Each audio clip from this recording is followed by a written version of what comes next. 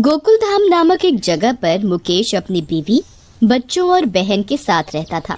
मुकेश के 2 बच्चे थे।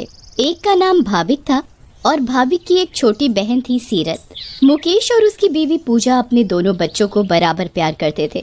वो उन दोनों में बिल्कुल भी भेदभाव नहीं करते थे। लेकिन मुकेश की खड़ूस बहन उषा मुकेश के दोनों बच्चों में बहुत भेदभाव करती। उषा को तो बस मुकेश का बेटा भाविक ही पसंद था। उसे सीरत बिल्कुल भी अच्छी नहीं लगती थी। उषा भाविक सीरत में लड़का लड़की का भी भेदभाव करती। इस जमाने में ये सब करना कितनी बेवकूफी की बात है, परंतु उषा को ये कहाँ समझ आता था। वो तो सारे दिन अपने भतीजे भाविक का ही नाम जपती रहती। उषा का इतना भेदभाव करना मुकेश की बीवी पूजा को बिल्कुल भी पसंद नहीं था। उसे बहुत गुस्सा आता था जब वो उसके बेटे को प्यार करती और उसकी बेटी को बुरी तरह दुत्कार देती। एक दिन उषा को बाहर जाना था। उषा पूजा से बात करते हुए, भाभी, मैं आज बाहर मंदिर जा रही हूँ। मंदिर में दर्शन करने के बाद मैं घूमने भी जाऊंगी, तो मैं भाभी को ले जा रही हूँ अपने साथ। ठीक है, ले जाओ। ये मुझे तो बुआ आज घुमाने लेकर जाएंगी। आज तो मैं बहुत मजे करूँगा।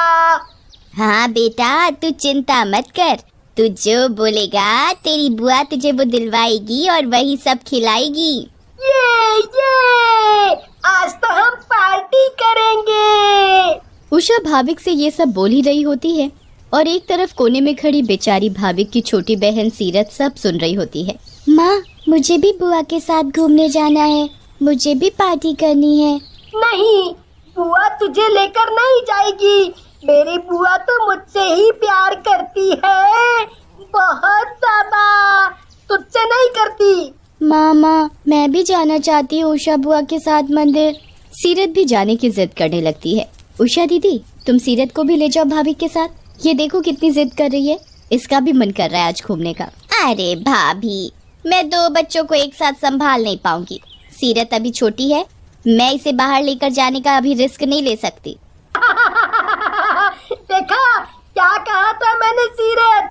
मेरी बुआ मुझे बहुत प्यार करती है। सिर्फ और सिर्फ मुझे ही लेकर जाएगी, तुझे नहीं लेकर जाएगी।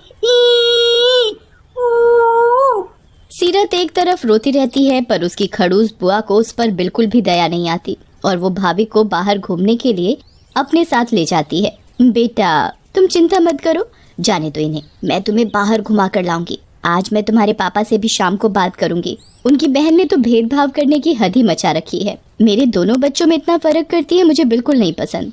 एक तरफ भाविक अपनी बुआ के साथ बाहर घूम रहा होता है, तरह तरह की चीजें खा रहा होता है। उसकी बुआ उसको तरह तरह के खिलौने भी दिलवाती है, तो दूसरी तरफ सीरत बहुत रो रही होती है। माँ, मेरे साथ बुआ ऐसा क्यों करती है? मेरा आज बहुत मन था बाहर घूमने का। मैंने तो कभी बुआ के साथ उल्टा भी नहीं बोला। फिर बुआ मुझे कम और भाई को ज्यादा प्यार क्यों करती है? पूजा के पास सीरत की बात का कोई जवाब नहीं था। बेटा, ये तो मैं खुद नहीं समझ पा रही। आखिर तुम्हारी बुआ तुम दोनों में इतना भेदभाव क्यों करती है? हमने तो कभी बेटा बेटी में फर्क नहीं किया, फिर वो क्यों करती है? पूजा सीरत को चुप कराते हुए, तुम चिंता मत करो बेटा, आज मैं तुम्हारे पापा को ये बात बताऊंगी। हम कुछ न कुछ इलाज निकालेंगे इस बात का। शाम को भाविक और उसकी खड़ूस बुआ बाहर से घूम कर आते हैं। सीरत, आज तो मैंने इतना मजा किया कि मैं तुम्हें क्या बताऊं। बुआ ने तो आज मेरी बढ़िया वाली पार्टी करवा दी। मैंने झूले झूले, बढ़िया बढ़िया खाना खाया और बुआ ने तो मुझे खिलौने भी दिलवाए। भाई, तुझे बुआ ने इतने सारे खिलौने दिलवाए, मुझे भी एक दे दे। उषा सुन लेती है कि सीरत भाविक से उसका एक खिलौना मांग रही है। नहीं सीरत, ये मैंने भाविक को दिलवाए हैं। ये भाविक के हैं, तुम्हें बाद में कभी दिलवा दूंगी। उषा भाविक को एक भी खिलौना नहीं देती।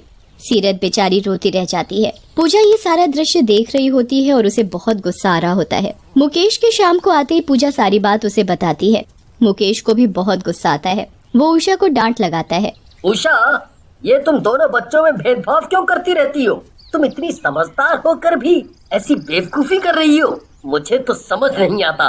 तुम्हें दिखता नहीं, सीरत भाविक से छोटी है और तुम उसे ऐसे धुतकारती रहती हो। नहीं भाई, मैं कोई भेदभाव नहीं करती। तुम भाविक को ही बाहर लेकर गई, तुम्हें सीरत को लेकर जाना नहीं सोचा और ना ही तुम उसके लिए खिलौने लाई। क्यों कर रही हो तुम ऐसे? सीरत भी तो आखिरकार बच्ची है। मुकेश उषा को डांट रहा होता है और उषा को लगता है कि उसकी भाभी पूजा और सीरत मिलकर बेफालतू की उसकी और उसके भाई मुकेश की लड़ाई करवा रहे हैं। वो चाहते हैं कि भाविक उससे दूर रहे। उषा से ये बात बर्दाश्त नहीं होती और वो सोच लेती है कि अब तो वो सीरत के साथ और भी ज्यादा बुरा बर्ताव करेगी। एक दिन भाविक और सीरत आपस में बॉल से खेल रहे थे। भाविक सीरत की लड़ाई हो जाती है। तभी भाविक और सीरत दोनों ही बहुत जोर जोर से रोने लगते हैं। भाविक का रोना सुनकर उषा भाग कर आती है। क्या हुआ भाविक? बेटा क्या हुआ? बुआ, मुझे सीरत ने मारा। ए लड़की, तूने मेरे बच्चे को हाथ कैसे लगाया? तेरी ना मैं हड्डी पसली एक कर दूंगी अगर मेरे भाविक को कुछ भी हुआ तो। उषा भाविक को चुप करवाती है और प्यार करती है और दूसरी तरफ सीरत से वो पूछती भी नहीं कि आखिर बात क्या थी। ये सितूड़ी तो खुद ही चुप हो जाएगी। उषा का इतना प्यार करना भाविक को बिगाड़ रहा था। भाविक आए दिन कुछ न कुछ उल्टा काम करता। भाविक के पढ़ाई में भी नंबर कम आने लगे थे। वो अब तो मुश्किल से ही पास हो पाता था। भाविक के घर पर पढ़ाई को लेकर डांट न पड़े इसलिए उषा खुद ही भाविक के स्कूल की पेरेंट्स टीचर्स मीटिंग में जाती और उसकी एक भी शिकायत ना ही मुकेश और ना ही पूजा को बताती। उषा का भाविक के लिए प्यार 7वें आसमान पर था। एक दिन उषा फिर से भाविक और सीरत की पेरेंट्स टीचर्स मीटिंग में गई। भाविक की तो उसकी मैडम ने इतनी शिकायत की कि पूछो मत। ये भाविक पढ़ाई में कमजोर होता जा रहा है। इसका ध्यान बिल्कुल भी पढ़ाई में नहीं लगता। रोज कोई न कोई शैतानी करता रहता है। मैडम, मैं इसे समझाऊंगी। आप बस इसे क्लास में डांटना मत। ये अभी छोटा है और ये रोता है ना तो अपनी सांस अटका लेता है। भाविक की मैडम भी उषा की ये बात सुनकर डर जाती हैं और वो सोच लेती हैं कि भाविक को स्कूल में बिल्कुल नहीं डांटना। लेकिन मैडम इस बात से अनजान थी कि उषा झूठ बोलकर गई है कि उसके भतीजे भाविक को क्लास में डांट से शर्मिंदा न होना पड़े। भाविक की क्लास में जाने के बाद अब सीरत की क्लास में जाने का नंबर आता है। चल सितूड़ी, मैं भी देखूं तू कितनी पढ़ाई करती है। हर समय बस बुआ की शिकायत से समय मिलेगा तो पढ़ाई करेगी ना। अगर तेरी मैडम ने एक भी शिकायत की आज तेरी, तो देख आज मैं तेरी कैसे डांट पड़ाती हूँ घर पर। उषा सीरत की क्लास में जाती है लेकिन सीरत की मैडम सीरत से बहुत खुश होती हैं और वो उसकी एक भी शिकायत नहीं बताती। एक दिन भाविक, सीरत और उषा ही घर पर होते हैं। बुआ, मैं बाहर खेलने जा रहा हूँ। ठीक है बेटा, जा। भाविक बाहर खेल रहा होता है।